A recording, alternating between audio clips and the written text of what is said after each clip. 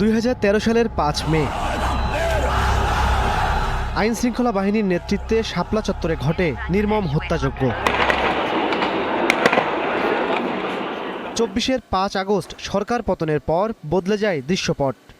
শাপলা চত্বর হত্যাকাণ্ড নিয়ে অপতথ্য ছড়ানোর অভিযোগে সাংবাদিক মোজাম্মেল বাবু ও ফারজানা রূপাকে গ্রেপ্তারের আবেদন করে প্রসিকিউশন। পরে তাদের গ্রেপ্তার দেখিয়ে কারাগারে পাঠানোর আদেশ দেন ট্রাইব্যুনাল।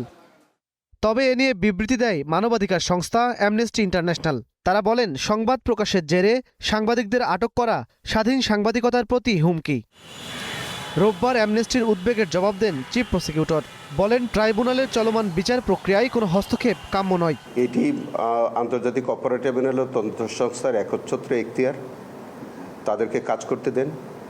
এখন কোনো সংস্থা, সেটা অ্যামনেস্টি হোক, অন্য কোনো হিউম্যান রাইটস অর্গানাইজেশন হোক, কারো এই বিষয়ে এখন হস্তক্ষেপ করা উচিত হবে না।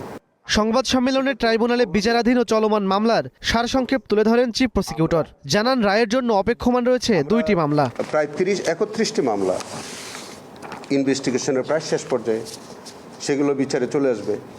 আমরা 150টি মামলা আমরা ইনভেস্টিগেশন হাতে নিয়েছি। গুম এবং খুন, গুম এবং ক্রসফায়ার, এই 2টি ঘটনার উপরে আমরা বিশেষভাবে আমরা অগ্রাধিকার ভিত্তিতে আমরা এগুলোর ইনভেস্টিগেশন কাজ শুরু করে দিয়েছি সারা দেশে। জুলাই আন্দোলনের মিথ্যা মামলায় কোনো নিরীহ মানুষ যেন অহেতুক হয়রানির শিকার না হয়, সে বিষয়ে রাষ্ট্রপক্ষ সজাগ রয়েছে বলেও জানান চিফ প্রসিকিউটর।